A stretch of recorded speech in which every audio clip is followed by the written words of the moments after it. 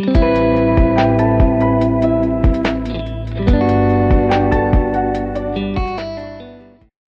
everyone. Welcome to Becoming Solely You, a podcast dedicated to sharing honest and just real stories about life and the journey, maybe some spirituality and awakening moments that we go through, and ultimately what it means to be the most authentic version of yourself. And today I have the privilege of speaking to Jai Vargas. I'm going to tell you a little bit about her, and then we're going to dive into some really great questions and learn so much more about her. So, Jai Vargas is the VP of Strategic Engagements at HACR.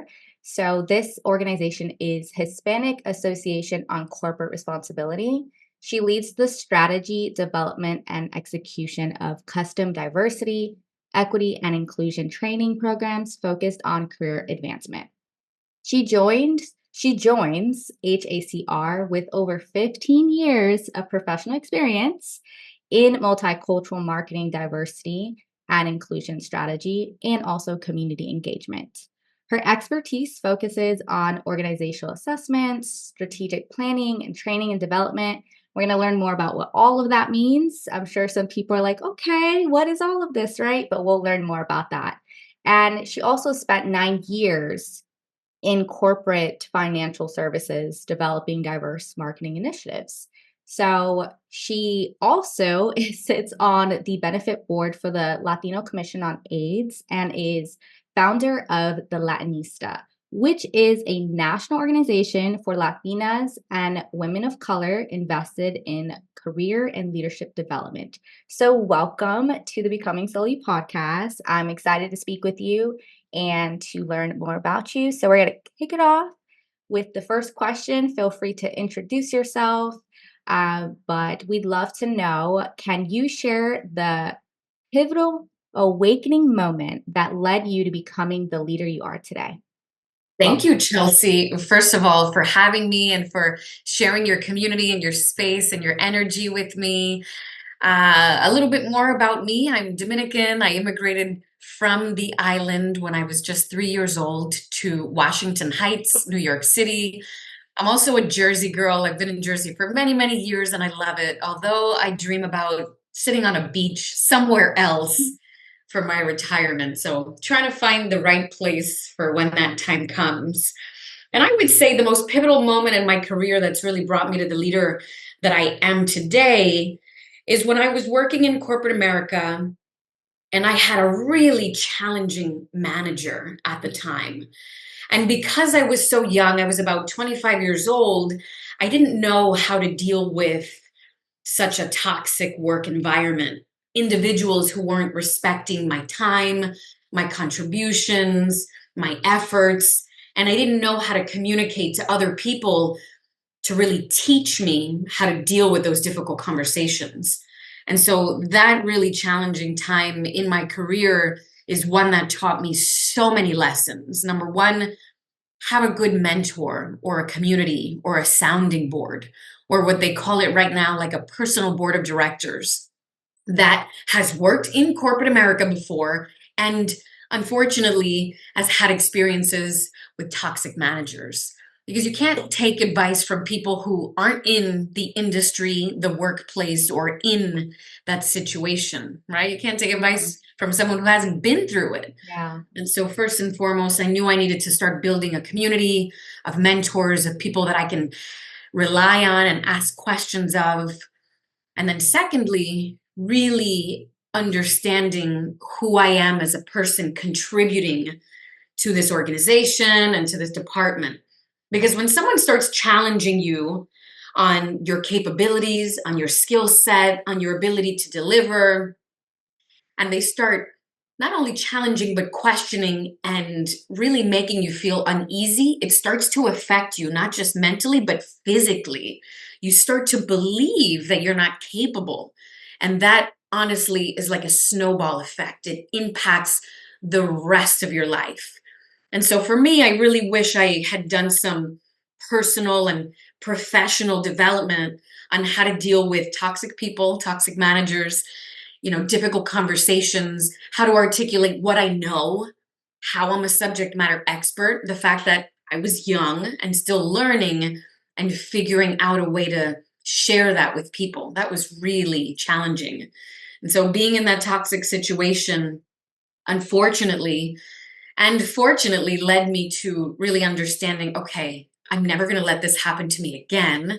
Now I've got the community, the mentors, the ability to articulate the language of who I am. What is it that I do know for sure? What is it that I'm still learning? And how am I going to learn more about this industry or this topic that I want to work in? So that was really difficult. But thankfully, whenever it did happen again in the future, because it always does when you work in corporate America, I was ready for it. I had a Mm. financial plan in place. I had the mentors. I had the community. I had the language. I had the backing of my other support system at work, and they didn't try me. So now Mm. I mentor a lot of young women who are unfortunately going through the same with really difficult, toxic managers. That was a really difficult and challenging time for me, but I think it gave me like thick skin. Now when I hear and feel that anxiety or that toxicity, I'm like, oh, game time. This is You're like, great. Let's been go for there, this. done that. Okay. Wow. I feel like talking about this, I imagine so many people who are going to be listening are like, I'm experiencing that right now. Oh my goodness. And especially, I have to bring this into the conversation, especially being a Latina and a woman of color. Like, I, from my personal experience, I have had some of those and I wasn't equipped to handle it. I wasn't equipped to know how to speak that language or to make sure that, I remember like, no, I know my capabilities. I should be confident in that. So what would you share? What was your process of, kind of shifting through that and navigating it? And if there's like something you could just share to someone right now about what to do if they're experiencing it. Cause I'm right now, that's like, boom, someone's like, yeah, how do I navigate this? We're not really equipped, you know. As Latinas, we're kind of told stay in your lane, in your job. You got good money. Don't say anything. Don't be Yeah. spicy. Exactly. And it's such an awful feeling because you feel like you can't speak up, you can't challenge them, you can't tell other colleagues because you fear retaliation. Someone might tell on you, you might get written up, Mm, right? Like I did, and I didn't even know how to react. And so I think the first thing that you've got to do is be able to document everything that's happening and how you're feeling. And mm, then bring it to an outside perspective, a mentor, a friend of yours who also works in corporate America that has been in these toxic situations. And back then, so many years ago when this was happening to me, there wasn't a lot of resource for me to look to. There wasn't TikTok or Instagram or articles that talked about these instances. Now there is so much. But I always make sure to share that you've got to write it down, specifics, share it with someone who's not in your organization that isn't biased. Well, they're a vice president and they've been here 20 years and sure they know what they're doing. They probably didn't mean that, Bob. No, you don't want biased opinions in those situations. And so certainly shared with someone who's been around the way, who's older than you, who's been through something like this, so that they can help you create a plan, whether it's a conversation you're having with that manager, whether it's you bringing this to the table to your HR business partner, right? Which is sometimes also really difficult because then the HR business partner tells your manager anyway, because that's their job is to make sure that they keep the managers in the loop as to any situations, unfortunately. mhm.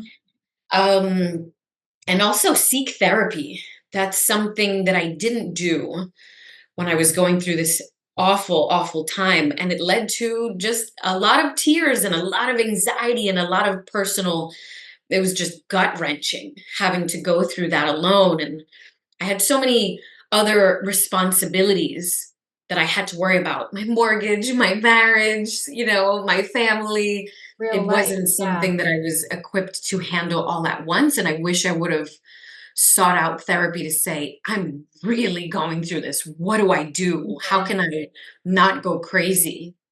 Um, yeah, and a lot of times there are therapists that will give you, some therapy time without it being a really high cost. And if you don't have insurance, that's a really great way to go. I would make sure to interview a few people. Don't just find a random person who calls themselves a career coach who isn't certified and, a life coach who hasn't been through much or been through your specific Yeah. situation. And so make sure you're finding the subject matter experts that have actually been through these things and can show you that they've been through these things. But it's really Yeah. difficult. Is this around the time that you started the Latinista? It If was you a wanna couple talk of a little bit years about that? later. Yeah, I But is this can. It was what a kinda, couple of like, years built that later. fuel to Yep, enter this space? Okay, so let's that's let's talk right. about that. Tell us all about the Latinista and how it started, and, where it started and also, like, what types of things you're all doing now. Mm. Well, I started this group about 13 years ago when I was working in corporate and financial services down on Wall Street. And I realized that there weren't any Latino or Latina specific organizations that helped me find a mentor, find a job, and learn new skill sets without having to go back to school. I was not interested in going back to school at all. I wanted to learn from subject matter experts that were actually doing the work, not in some classroom where the professor hasn't worked in corporate America a day in their life. And so it really led me to finding these Latinas and women of color in New York City and saying, hey, I know that what's important for me to move up in my career is being a confident public speaker. Ooh. I've got a career coach who's a personal speaking coach that has been helping me at work. Would it benefit any of you ladies to come and take some lessons from her? And so that's exactly what I was doing. I did a huge program at HBO with my public speaking coach, and we had like 30 people in the cohort. And it really stemmed from helping people get clear with articulating who they are, what their challenges have been, what's their story when someone's like, well, I'm a mom and I'm also working in corporate and I love running marathons and I have a bakery that's a side business. Ooh. People have a really big challenge in writing their story on LinkedIn without sounding like they're all over the place. But in reality, all of that makes sense. You're not just Chelsea, right? You have Mhm. so many different layers of who you are. It's just the way that you share it and package it online where people can be like, oh my God, that makes sense. She does this, this, this, this, and that. Love how that story flows. And so that was a huge moment for me to be able to share with people how I was learning, in addition to financial literacy and wellness. I was working down on Wall Street for a financial services organization for 9 years. And if you asked me during that time, Jai, what's your brokerage account? What's your 401k? What are all your investments? I'd say, I've got a lot of them, but I have absolutely no idea how they work for me. Ooh, I yes. know that someone told me I got to throw all this Just money in a all these percentage, just sign buckets. the paper, here's the percentage, and it goes there. Yep, I opened up all these investment accounts, but I didn't really understand how they were working for me or what the pros and cons were. No idea, clueless. I just knew I was making a ton of money and Mm, throwing a bunch of money in all these buckets, but I couldn't really explain why. yeah. And so that was a really big pillar that I started to share with my community.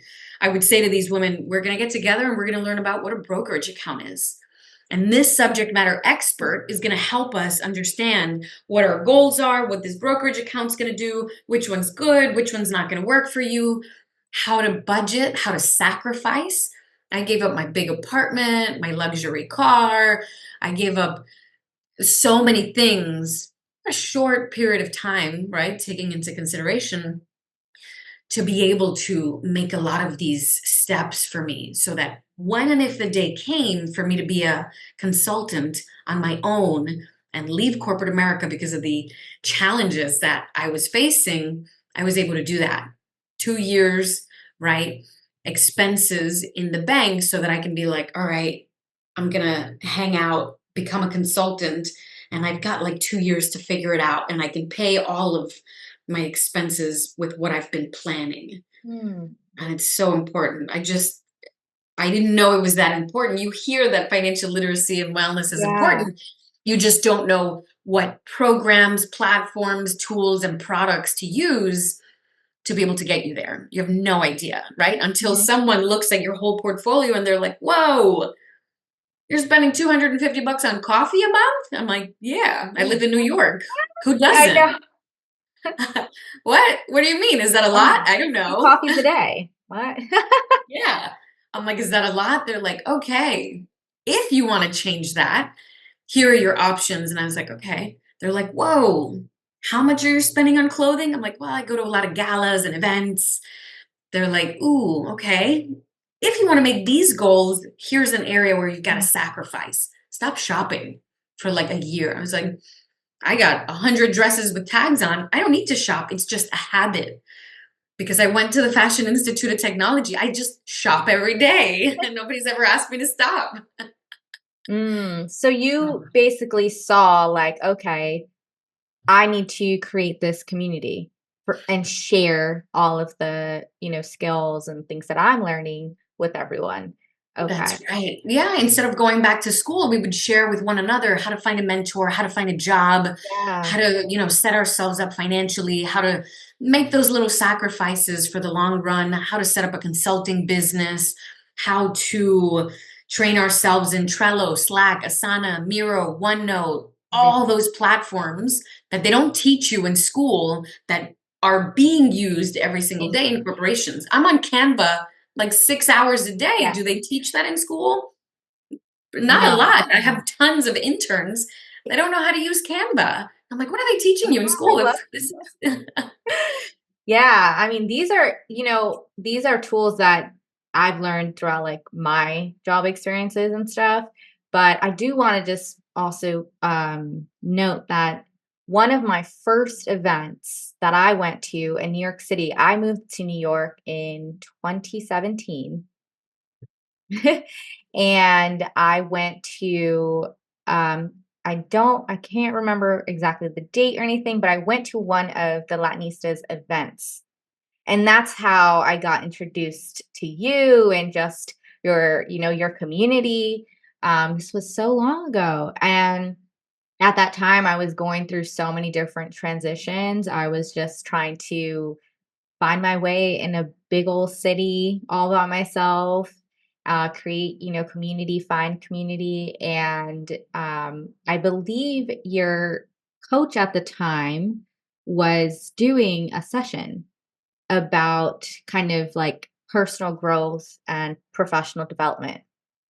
And it helped me so much. I mean, I don't remember every single detail. My memory is so terrible sometimes, but I just know how I felt. Like I remember the feeling that I had after that event. So your organization really was like a jump start to my New York City experience and all of the things that I experienced while being in New York, and that workshop was just something I really needed at that time. So I just wanted to bring this into the conversation.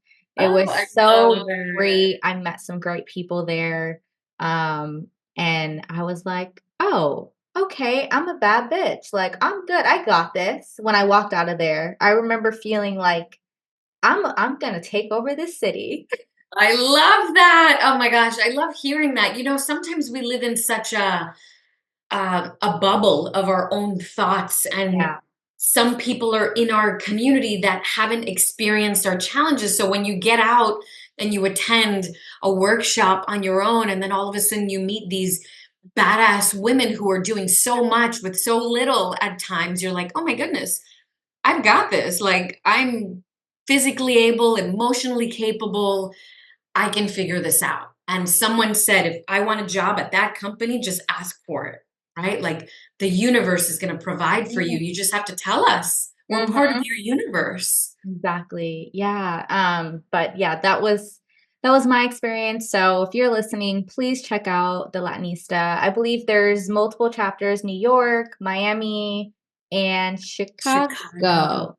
Yes. That's right. And you know what? There's so many women that are in places like Omaha and Utah and Minnesota that reach out to me and they're like, Jai, I'm the only Latina in this community. I had to move here for a specific situation and nobody understands what I'm going through. When you message me, I can connect you with other women that have been through similar things because I've hosted so many of these events and I've met thousands of Latinas. I've heard so many stories. And as soon as I hear like a similar story, I'm like, oh my gosh, You connect the dots. you've got to meet Maria in Utah. She just went through that. I love that. Yeah, I mean, also too, everyone listening, Jai has like a million followers on LinkedIn. So I'll be sure to add her LinkedIn on the show notes, but she connect with her. I mean, she's always willing to, just meet with you, share resource, like she said, connect to different people. I want to dive in to talk more about your DEI work. I think, especially, just I think since like 2020, like that, it's been a big journey for like our whole country too, just like diversity, equity, inclusion, and really looking at corporate companies and the workplace. I remember even maybe a few years before that happened, I was even part of a racial equity initiative at one of the organizations I worked at. And it just, like you talk about pay equity and just people in leadership positions. So I'd love to hear more about the work that you do and kind of how did you start into the diversity, equity, inclusion fields. Yeah. Well, a lot of people don't realize that corporate diversity has been around since the 60s, right? Mm. The first company that actually started exploring diversity in the workplace was Xerox. Oh, They wow. were the first ones to have a Okay. Black employee resource group back when civil rights movement was going on here in the US. A lot of people seem to think that because of the murder of George Floyd in 2020, like all of a sudden diversity is important to corporations. It's been around forever, Yeah. forever. It's just some organizations have never understood or seen the need because they can't quantify or qualify with dollars how this benefits their bottom line. They haven't figured that out. The money But part. yeah. And when it comes to me, so I graduated here in New York City from the Fashion Institute of Technology, and I also went to school at NYU. My career counselor asked me what type of work I wanted to do, and I had studied marketing and communications. And he asked me, what would make you different than everybody else graduating here in your class? And the only thing that I could think of was the fact that I looked around and I was like, I think I'm probably one of the only people that speaks Spanish here at Mm, this school, graduating right now in my class. This is 20 years ago. And so he was like, you should probably use that as a benefit to yourself. When you're interviewing for these companies, tell them that you speak Spanish. That may benefit the work that you do. And I was like, oh, I don't think so. I kind of try to hide that part of myself because I don't want anyone thinking that, I'm less competent. English is my second language, that this is going to work against me to some point. But my counselor was actually right. And mm. mentors throughout my career have always reminded me, Jai, it's because you're Latina, speak Spanish, you're a woman of color, have immigrated, and you have a diverse perspective that these companies want to hire you. It's because of all of that. You have to keep that in mind that you're not like all these other people. You're special. You bring Mhm. something more, not less, to the table. Ooh, And you so I bring something started more, not branding, less, to the right. table. Hear And that. so I started branding myself professionally as such. And some people, when I started being the super Latina in corporate America, raising my hand when it came to diversity initiatives so that executives could see, hey, you're looking for diversity, you're looking for another language, you're looking for a different perspective. That's me. Some people actually see that as tokenism. Oh, they're just using you to say that they're diverse and that they Right, actually yeah. care. I'm like, look, you can view it however you want. I'm the one being called by the CEO, getting a seat at his table, and being given additional budget so that I can put on more programs for my people here. So see it however you think, but this is benefiting me and my people. Yeah. And I ran with it. I started working 20 years ago in diversity, back when we called it multicultural marketing, when it Oh. was taking general market English language commercials and marketing and pamphlets and media and translating it to Chinese, Korean, Vietnamese, Spanish, Portuguese, etc. That was multicultural marketing back then. And for me, it started to evolve into strategy, into recruiting, into developing, into retaining talent from all those communities. And it's grown significantly. Yes, of course, since the George Floyd murder, but it's been around for a long time, since the 60s. And so the work that I do now for this organization, HACR, HACR, the Hispanic Association on Corporate Responsibility, is with corporate partners that call me up and say, Jai, we've got Latino employees here that we need to develop and retain. We Mm. want to make sure that we're doing everything we can so that they're happy here and learning. In case they don't want to go back to school, how can we make them better here so they can level up and become managers, vice presidents, executives, maybe even land a corporate board position, which we know we're lacking in that sense. And so that's exactly what I do. I field those calls. I strategize with these organizations. I help them find, recruit, develop, and retain Latino talent that speaks Spanish and Portuguese. And it's so much fun because most of my day is delivering workshops on Afro Latinidad, intersectionality, cultural intelligence, unconscious bias, you Mhm. name it. So I research all day long, I create workshops, I speak on stage in person. Hispanic Heritage Month is my busiest time, and I'm doing 33 workshops in 1 month. So that's my Super Bowl. Oh my goodness. That yes, you got this.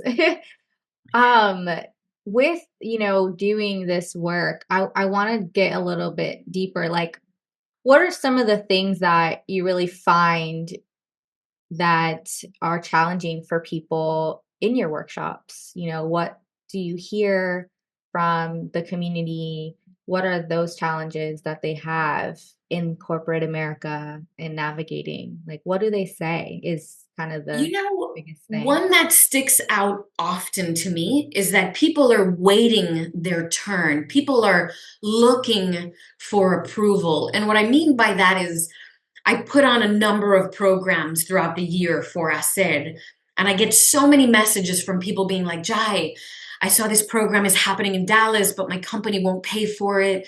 They're not allowing me because I'm not a manager. I really want to go. I see who's speaking. I think this will help my development. And my reply to them is, why don't you come anyway? You don't have to ask for permission or Oh, ask them to pay for your registration. go on your own. Go on your own. And so many people do that. And it's sort of, at first when I started seeing this a lot, when these Latino professionals from really big companies with really deep dollars were paying their own way to come to my programs, I was like, whoa, that kind of sucks that these companies aren't paying for these incredible Latinos to be here. But you know what? I love that this person said, oh, you don't want to pay for me? That's fine. I'm taking 3 PTO days and I'm going to go develop myself because I'm still going to get a benefit from this.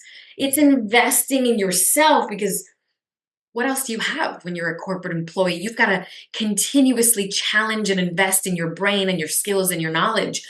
Do not wait for a corporation to allow you to attend a workshop or a conference. Mm, Be like, I need to go. You all don't want to pay for me to be there? I'm going anyway. go anyways. Oh my goodness. Yeah, I I think with the allowing piece, I feel like that's something that we definitely have to, especially as women, I feel like I am in my 30s now, but definitely my 20s I've made a lot of like mistakes and a lot of came from more of like an insecure place of am I good enough? Can I do this? But then it kind of shifts and it's like, yes, you have to just shift your mindset and say, you know what? I always call it kind of detaching from your job in a way, like becoming just your person, like who you are.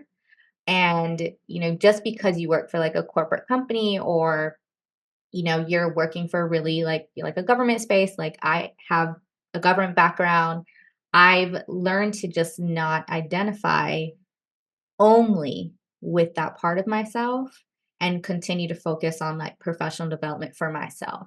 And And I you've think, done it so well. I mean, your personal brand comes first. And when people look yeah, at your LinkedIn profile, they can see what you're all about, where you've been working, but how you've been developing yourself. You've done it so well, but I know that you're very intentional about that. Like you've put in a lot of hours for many years to do yes. that. Yes, exactly. And it's just because, to my next question, it's all about like authenticity. Like, how are you staying authentic to who you are? And I think, especially in like corporate America, sometimes it's hard to find that balance. So, how do you encourage professionals to be their authentic self in their professional lives? How can they do that? Because it feels like we have to separate in a way, but how could we maybe bridge that, together? Yeah, well, I love this question because when I first entered corporate America 20 years ago, I came in like guns blazing, my red dresses, my yellow dresses, my red lipstick, my hoop earrings, my curly hair, speaking Spanish.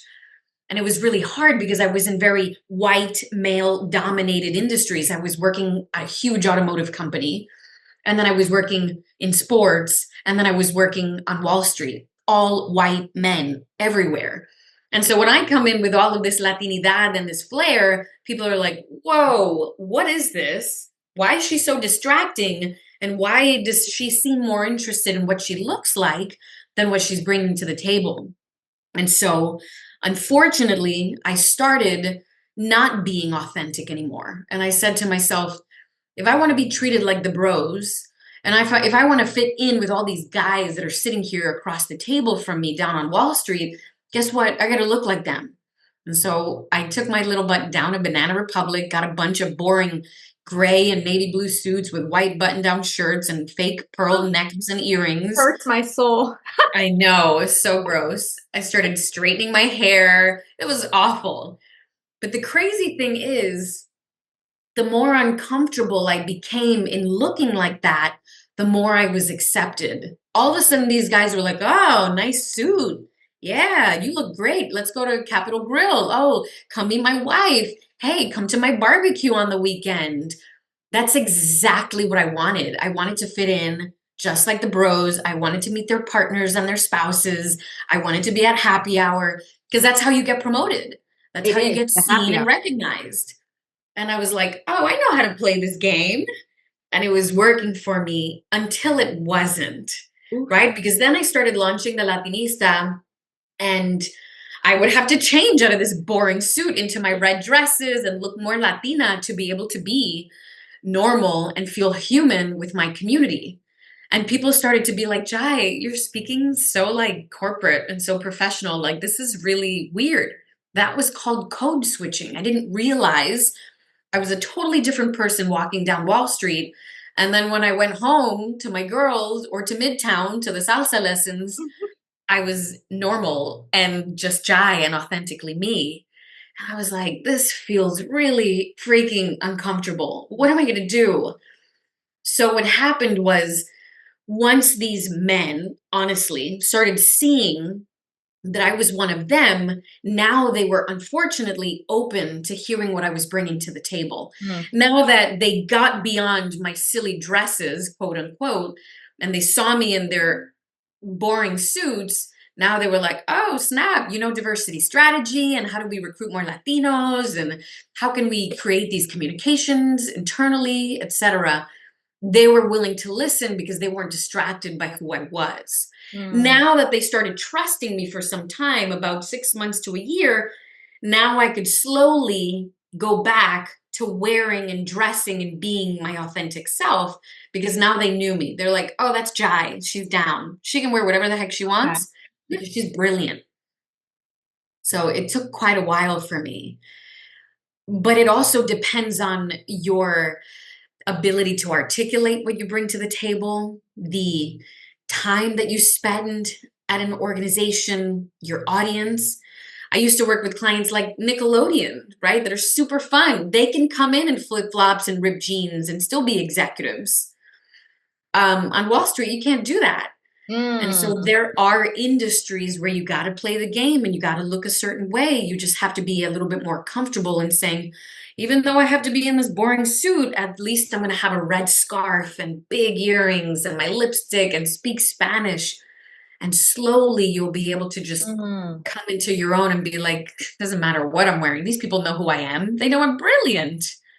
Ooh, the strategy in this all. I feel like so I definitely know that someone listening is just like, okay, how do I do that? I know you talked about it, but I feel like there's just so there was a point in my career too where I'm like, I'm not playing this game. F it. Like I want to be just me.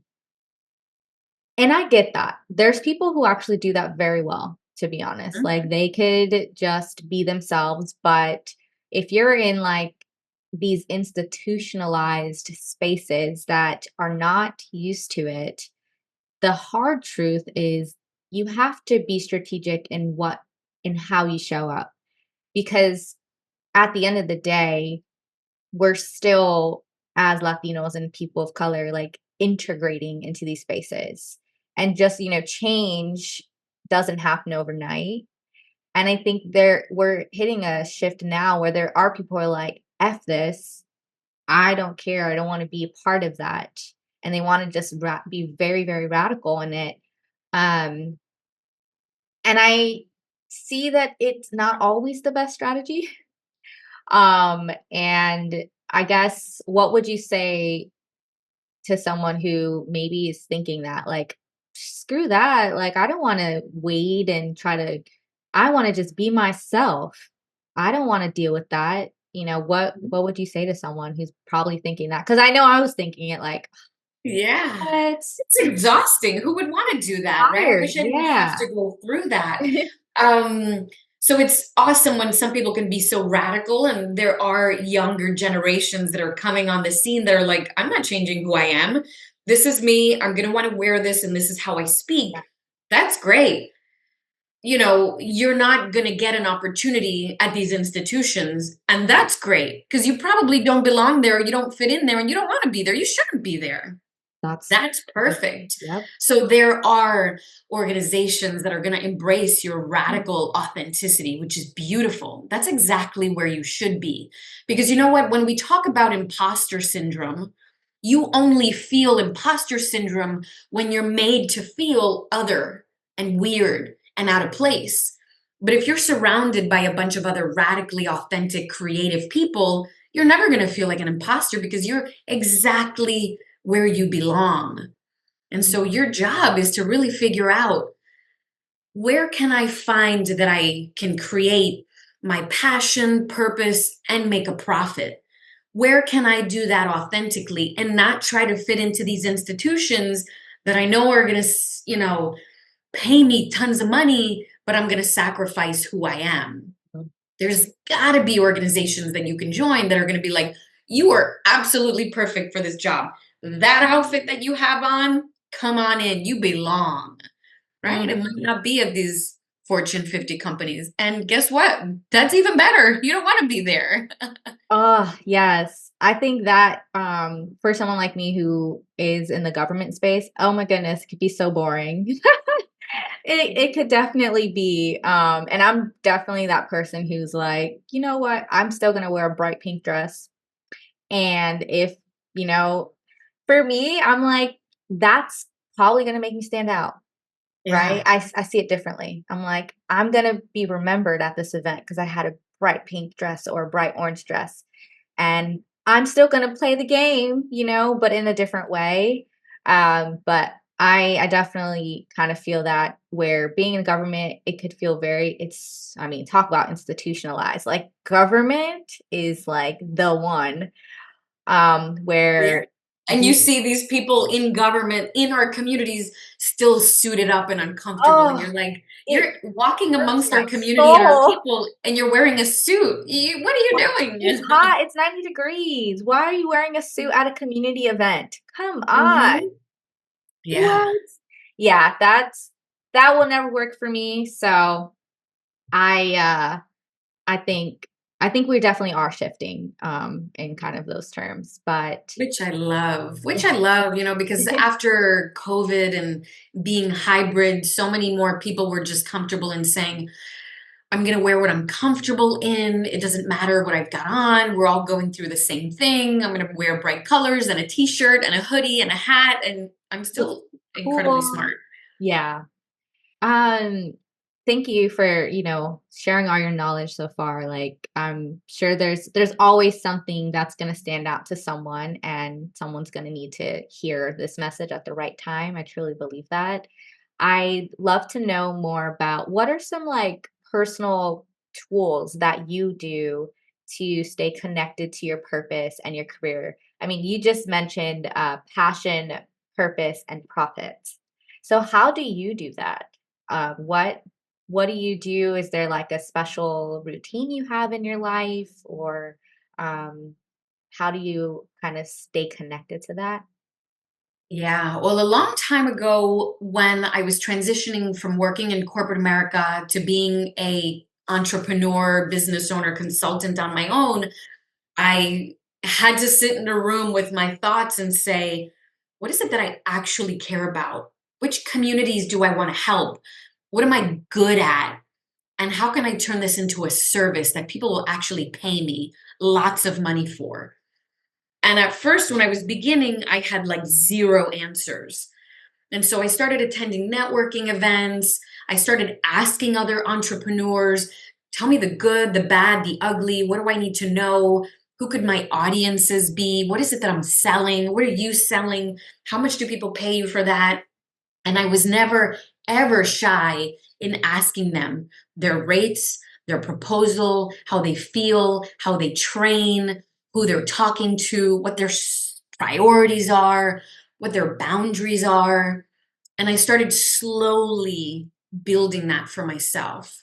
I was like, Latina professionals and women of color, that's one pillar. Financial literacy and wellness, that's another pillar. Skills development, investing in myself so that I know Canva, Trello, Slack, Asana, Miro, OneNote, Drive, all these platforms I need to teach myself so that Hmm. I can stay organized and be able to reply instantly The to these strategy. You opportunities are such a strategy person. You had a strategy brainstorming session with yourself. So with take note, myself. y'all.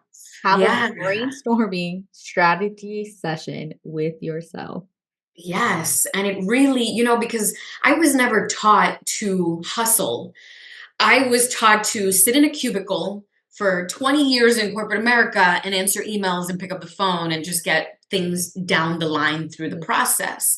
When I became an entrepreneur on my own, I was like, oh my God, nobody's telling me what to do. What do I do? I'm just sitting here like waiting for emails or the phone to ring. What do I do? I had to teach myself how to look for leads, how to pitch myself, what my brand was being perceived as. And Trello was helping me track all of that, who I was talking to, what proposals I was sending, what services I'm selling, how much I'm selling it for, how to set up my boundaries so that when people are like, Jai, we'd love for you to come do this workshop. We just don't have any money. Click. Okay, when you do have money, come call me. Yeah. Right? I'm not entertaining this conversation because I need to pay my mortgage. I don't have time for this. I don't have a full time job. Like, what are we Mhm. talking about here? And a lot of times it's because I wasn't selling myself the right way. Now my close rate is like 9 out of 10, almost impossible to decline me because I've set myself up in the proposal and education and landing strategy that I know is a win for me. But so many people really just don't do enough research on, how to land those opportunities and how to take care of those relationships, how to go above and beyond, how to personalize the Mm. conversation. And I had to teach myself how to hustle. I was up till 4 in the morning, sending out proposals, tracking, calling, investing, hiring marketing managers and strategizers to like teach me how to do these things. And it was Mm, life changing. that's grit, okay?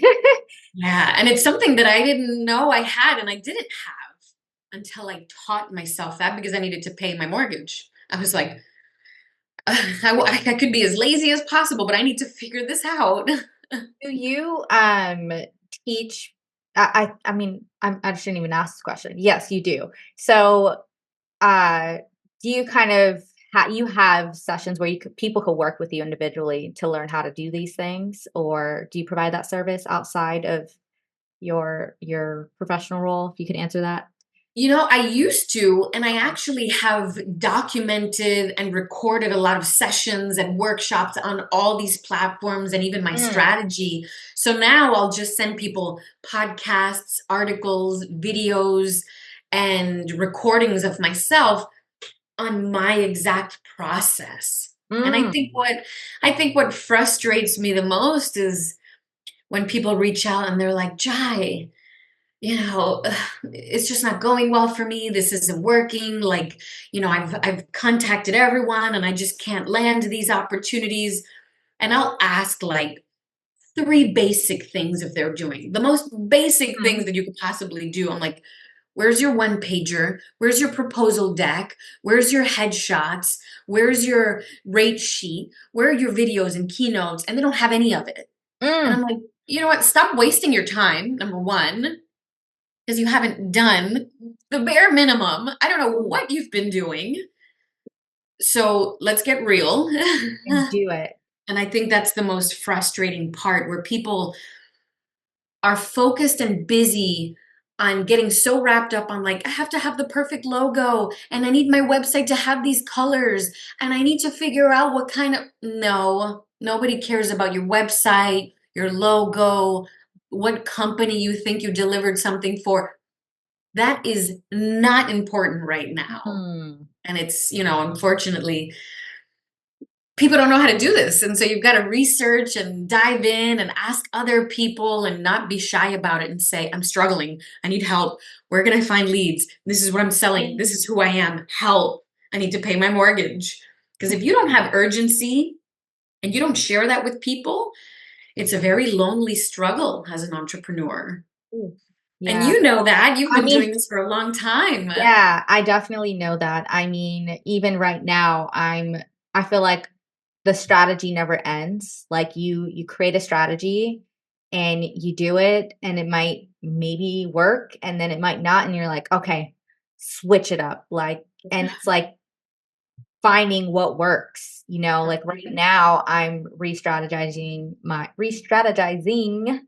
my coaching and I feel called to really go back into that space, but it's been some time and now I'm like, okay, I really got to dig deeper and figure out, all right, this strategy. And I've even kind of, we've had a call before about other things that I want to do as well with like consulting. But as an entrepreneur, yeah, you constantly it's a business. So it's like if you choose to be an entrepreneur and you work for a company, you're the company. So you're doing everything. You're doing the marketing strategy, you're doing the pitching, you're writing everything. You're everything. And Yeah. I think, if you don't find community in that, it definitely could be really, really lonely. Um, on this journey, are there any books or authors or podcasts or resources that have impacted your life that you want to share? Like, if there's like one book that you're like, this is it, what would that be? Yeah, well, first and foremost, it's my public speaking coach. Her name is Minue Yoshida. She's Yes, that's Mexican. who was Yeah. at the workshop in Yeah. 2017. She's phenomenal. She's Nice. been a dear friend and coach for 10 years, and she's really taught me so much of how to stay authentic when I'm on stage, how to do this Mm, through the computer, how to engage with people, how to be inquisitive, how to learn from other public speakers, so much. mm. Um, and then I have a couple of podcasts and resources that I talk about. There's books, there's podcasts, there's TED Talks. If you connect with me on LinkedIn, I'll send you. There's like 4 or 5. Okay. So you all, whoever's listening, can connect with me on LinkedIn, and I'll send you that list. I think what's been great for me is going into podcasts and typing in a topic like cultural intelligence, intersectionality, unconscious biases, like all of that terminology that's bubbling up now. It's hearing other people's stories, figuring out how it applies to my life, and then talking about it. Mm, That's really, really taught me a lot. mm. So I love that way of acquiring knowledge and then sharing it. That's been really, really good for me because I have a lot of books. I go to a lot of events. I have a collection of Latina authors here. I don't get to finish reading them. I do fly every week, but my brain just doesn't work like that. I love podcasts. I love talking Yes, to same. people. Every time I go to a networking event, even if I don't want to be there, I'm like, there's a reason that I'm here. And if I'm here for an hour, there's got to be someone here that I can connect with, that I can help, and vice versa. They probably can teach me a thing or two. I'm here in this Gen artificial intelligence networking event that I know nothing about. Who do I need to talk to that can like really break it down for me real quick? Oh, yes. Um, okay, so I'll go ahead and like link that. And Yeah. I know we didn't get to talk much about this, but I want to kind of go back to Latina Equal Pay Day. So Latina Equal Pay Day is approaching, and it highlights the wage gap with Latina in the workforce. What are some of the initiatives that you have done in the past or are going to be doing for this year's Latina Equal Pay Day? You want to talk more about that? Of course. So Latina Equal Pay Day, the first thing to note is that it's not something that we celebrate. It's a day that we recognize. Okay. And that date actually shifts every year depending on the labor statistics report that comes out later in the year. A lot of people have the misconception of, oh my God, last year it was December 8th. This year it's October 3rd. Things must be getting better when it comes to Latina pay equity. That's not accurate. Oh. Because when you break down the report of Latina Fairness Act and equal pay, there's so many things that come into play when we develop these numbers and look at the statistics. People that are working full time versus part time, people that are working in various industries like crops and agriculture versus people that are in corporate America, right? Exempt and non exempt people. There's so many different numbers, right? We get paid 54 cents to the dollar in some categories. In other categories, it's 52 cents. In some other categories, it changes. That report is created by the organization Justice for Migrant Women. That organization is run by Monica Ramirez. She's phenomenal. Yes. Every year, we download that report. It's about 4 pages long, and we study it. We understand the numbers so that we can have intellectual conversations with people that are like, that's not true. Latinas make so much more money than me. Look at my colleagues here. This person didn't even go to the same kind of school as me. Those numbers aren't true. Mm, You have to be able to dissect the data so that when people come at you with ridiculous conversations like that, you can say, hold on. amazing. Here are the statistics and the data and the numbers. Here's This the is what we're receipts. talking about. Mm, Yeah. Yeah, you got to bring receipts because a lot of people will try to be like, that's not true. There's so many Latinas in STEM and Latinas in tech and they make way more money than my son, blah blah blah. And you're like, let's come down to the bare bones and foundation. You have no idea what you're talking about. This is the report. And mm, so, for us it's important to number one, understand those numbers. Number two, figure out we're in a situation that it's unevenly and unequally unequitable paid. I've met so many Latinas who are like from a similar school in New York City, have been working in accounting for 15 years. One of them makes $75,000 and the other one makes $175,000. And in my mind, because I know them so well, I'm like, how is there such a drastic and significant difference in what they're making? And I put those two girls together. I'm like, you all got to talk and be very open, honest, and Mm, transparent, right? They're not paying you fairly. You need to get out of there, mm, right? Or you need this certification or this skill set or this degree to elevate. That was the biggest difference. Or that industry. I know you mhm. think you're doing good working for this nonprofit. It's not working for you. You need to go. Don't you have a mortgage or kids or responsibilities or goals that you want to accomplish? If not, that's okay. Yeah. But if you do, you need to make some drastic changes. You better open up and start telling somebody what's happening. Because a Yeah. lot of times when it comes to financial wellness and literacy, we feel so much embarrassment and shame and uncomfortableness just being like, oh my God, I have so many bills and student loans and I can't figure it out and I can't keep up. And how are people traveling? How are they moving into houses? How are they building families? There's a How? whole game to it. There is. And if you're not comfortable yet asking people, how'd you do that? How'd you pay off your loans? And what do I need to do? And look at what I'm getting paid. And does this make sense? If you're not comfortable opening up every part of your financial life, you're always going to be stuck. And you're shooting yourself in the foot because the more time that goes by that you don't fix this, it just starts to snowball and affect the rest of your life. So that's one thing that I did. I worked with a financial coach. I said, here's all my stuff. They dissected it. They helped me sacrifice. There was an entire strategy and plan. And now it's programmed within me. I'm Mm. like incredible with finances now. And I teach all my friends whenever they're like, oh my God, I'm trying to move out to like a better apartment. And I can't believe you just bought another house. I'm like, do you mind Mm. showing me your pay stubs? I want to see your investments. I need to see your life insurance. I want to see your income. I want to see your bills. I want you to show me everything. And they're like, I don't even have all that organized. I'm like, that's step one. Do all that. And if you're okay with me seeing that, Ooh, like there's no way that this can get worse. There's only up from here. I love that because I feel like we talk a lot about, okay, asking for the raise, right? I get that. Yes, I think women in general, we don't speak, we don't negotiate, like, we're less likely to negotiate. Um, but I think also we're less likely to do that. Take every single bit of our money and finances and debts and all the things and just look at it and sit with it. I remember that was like the first thing I did a few years ago when I was like, this year I want to know about money. I'm still learning, but I know that I'm so much more closer now because I did that.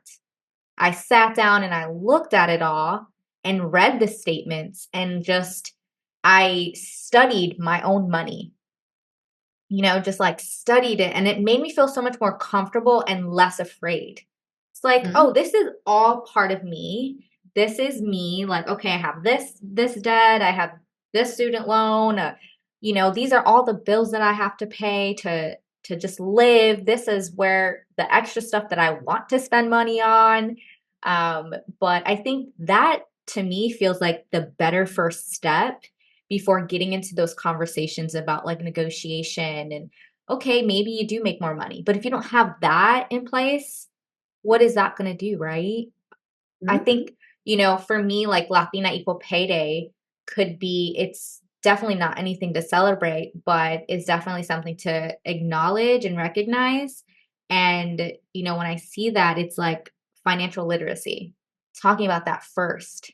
Like, okay, why don't let's understand numbers, let's understand what's actually happening here, and then kind of go up there.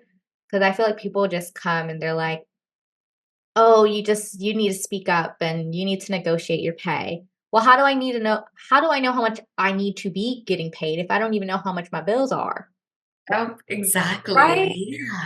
Like, that's the big part. So I really appreciate you just sharing, that aspect of really just face it. Yeah. Face the finances and, Yeah. get a coach, financial coach. Um, a lot I use I don't know if anyone knows about this, but I'll just put it out there. I use Elvest, Yeah. I which have one of is those accounts too. I have has them all. yeah, and also that too, have multiple different ones. Elvest, I just got Fidelity, learning about it. And it's also just a process. Like you're gonna get better each year than the last year. And that's something I've had to realize. It's okay, I'm not exactly where I want to be, but I'm better than 2, 3 years ago.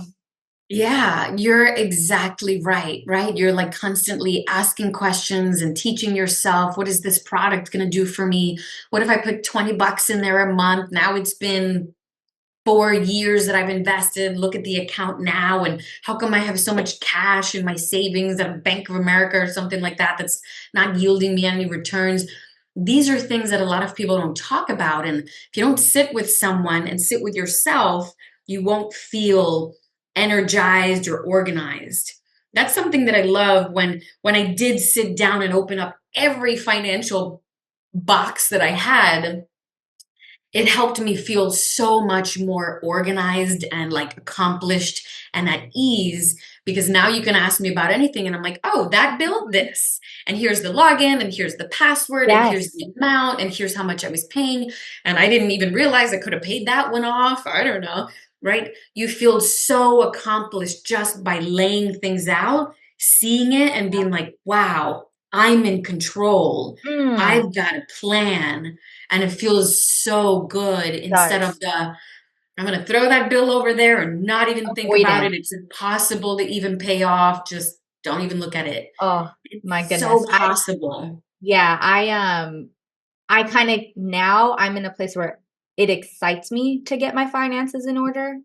Like I'm like, "Ooh, Imma tackle it." Like, "Ooh, I see it. I know what I wanna do. I've got a plan." And seeing and knowing everything, it's a happy thing for me, rather than being Yes. like, "Oh my gosh, I don't know what to do." Now I'm like, "Alright, I see it. Imma tackle it. I got this." But thank you for sharing that. And, Latina Equal Pay Day is coming up. So just everyone be mindful of it, know the statistics, read the report, and I'll go ahead and also provide some resources as well. I know we're, coming to the end of our conversation, but I do have two more questions that I'd love to ask you if you have space. Um, I would love to know how, with all of this, you've been such an amazing leader. You are an amazing leader. You're teaching young Latinas and different generations of how to be confident and, really go for all the things we want and do it in a way that's true. I want to know how do you stay connected to your true self? Let's see. First, it was really understanding what community I wanted to serve, young Latinas, other Latinas, women of color. And then second, what I wanted to accomplish for myself personally, right? I love to travel, so I go on multiple international trips a year because that's how I want to spend my money and what I love to do, meeting other cultures. And I wanted to figure out how I get to work in what I love instead of have to work for Oh, someone. And that took me, you know, quite a few years to figure out what I strive in, how I can make a profit. And it was that brainstorming in what am I really good at? Something that I can do at 3 o'clock in the morning, nobody even pays me for, and I'm just happy to do it. And it took me a long time to try to figure out what those things are. But it came as easy as coaching other people on how to pitch products, programs, and clients, helping people organize their LinkedIn profile and how to find a job on there. I've been on LinkedIn for 18 years. I'm a subject matter expert, probably more than the people that actually work there because I've been on it every single day for 18 years.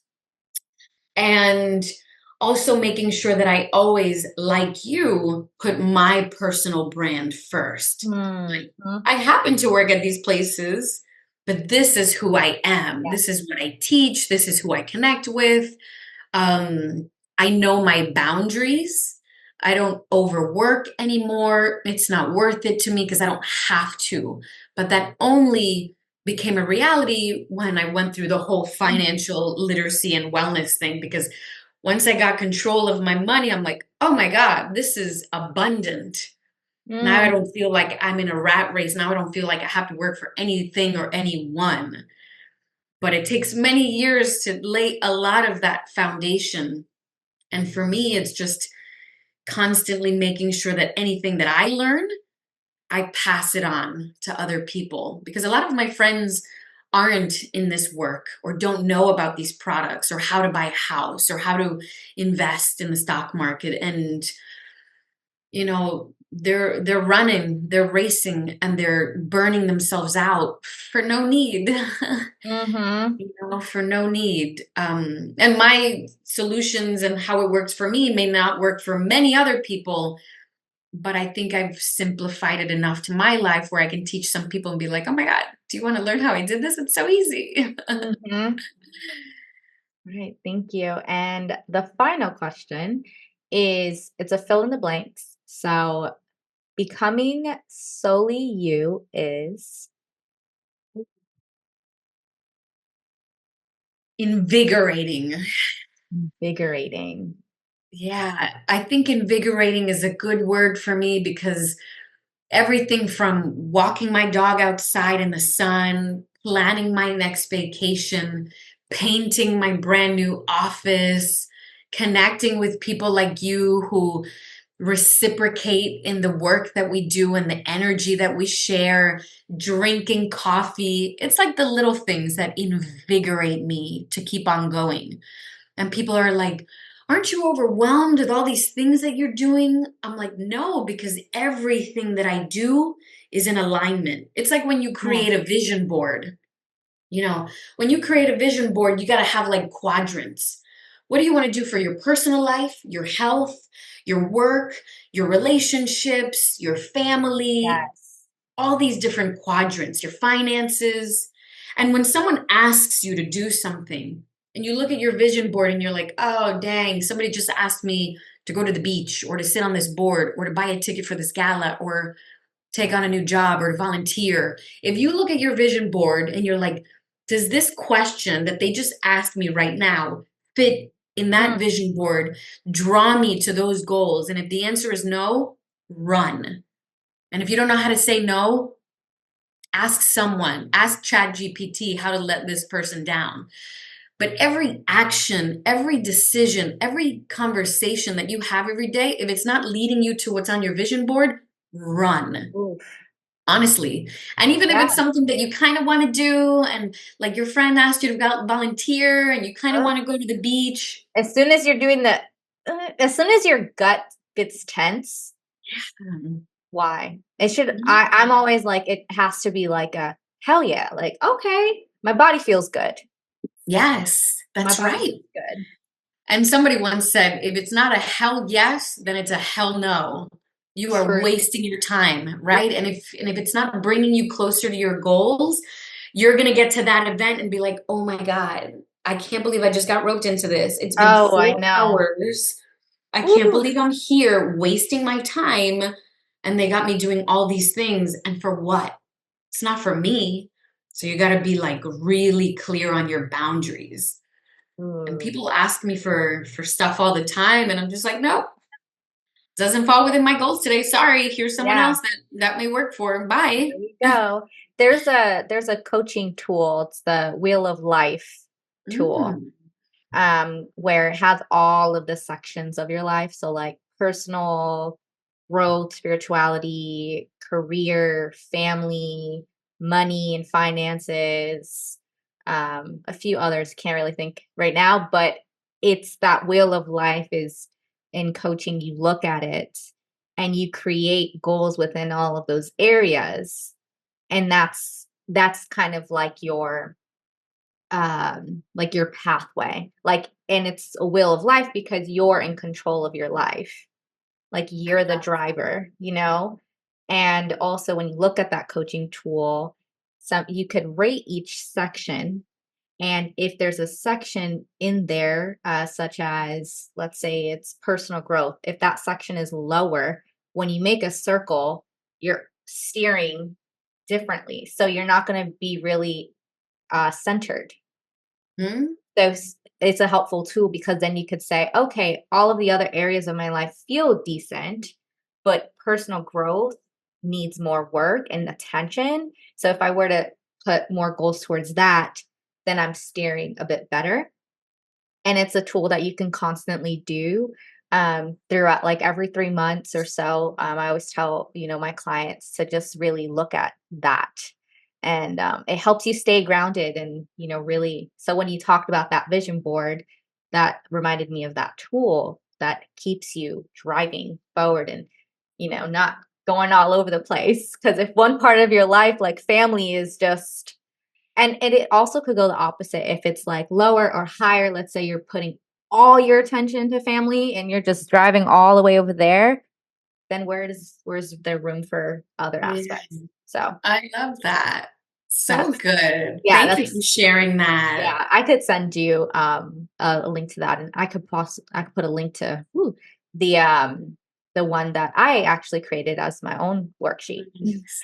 for I that. love that. But okay, well, I know we're at the end, and it's been such a great conversation. So thank you so much for being on the Becoming Solely podcast and sharing your wisdom and your advice and your life experience. And I'll be sure to add any links or anything like that. If anyone wants to get in contact with you, what's the best way for them to connect and reach out to you? Always on LinkedIn. So you Okay. spell my name Yai and last name Vargas, Vargas. Like I said, I'm on LinkedIn every day and I answer messages literally within 5 minutes. And if you need a job or you need a mentor or you need to move somewhere and build community, I do it all through LinkedIn. And it's also an evolution. So many people are like, "Oh no, don't look at my LinkedIn. I haven't updated it." It's an evolution. It's Oh, not going to yeah. happen overnight. It's little bits and pieces here and there that you can pull from other people that speak to you. And you say, "Oh, I love the way that she put that. Oh, look at the way that she's showcasing her work. Oh, check out this Mm. article that she just posted." Like you can start doing tiny little things every day or every week, just put it in your calendar, Yeah. and all of a sudden you're like, wow, I've been doing it consistently for 2 months. Yay, me. And if you don't have a LinkedIn, get one. Yes, get one for Get sure. one. Get one. It's been such an amazing tool for me. Like I love LinkedIn. But thank you so much, Jai. And I I'm just really grateful that we've been connected for so long. I mean, I've seen you, just grow the Latinista, grow within your professional career and always being willing to share. So you're definitely someone I look up to and as a mentor in this field. And so just thank you for being you and being a part of my this conversation today. Thank you for sharing your community and for doing everything that you're doing as a professional. You are an incredible role model. So hopefully a lot of people listen to your platform and they share it far and wide. Yes, of course. All right. Well, thank you. Thank you.